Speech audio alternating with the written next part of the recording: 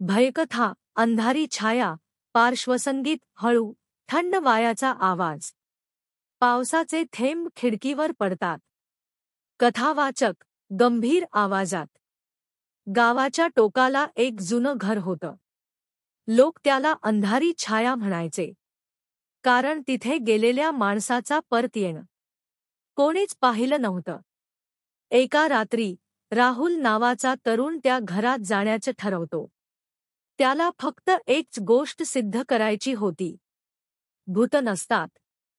दार चर्रकन उघडण्याचा आवाज. घरात पाऊल टाकताच थंड वाऱ्याची झुळूक अंगावर आली.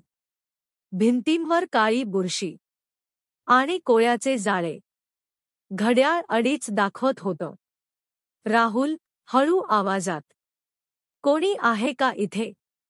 अचानक कुजबुजणारा आवाज, तू आलास. शेवटी तो आवाज मागून आला. राहुलने टॉर्च फिरवली. पण तिथं कोणीच नव्हतं. फक्त भिंतीवर त्याचीच सावली. पण ती सावली त्याच्यासोबत हलत नव्हती. सावली हळूहळू वेगळी झाली. तिचे हात लांबले. डोळे लाल चमकले.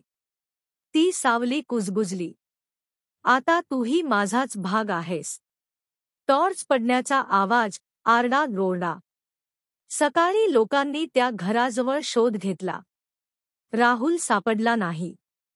फक्त भिंतीवर एक नवीन सावली दिसत होती. जणू ती हसत होती. कथावाचक, मंद आवाजात. आजही रात्री कोणी तिथून जातं तर ती सावली कुजबुजते. तुझी वाट पाहते. शेवटचा स्क्रीन टेक्स्ट. कधी कधी सावलीही आपल्यावर ताबा मिळवते.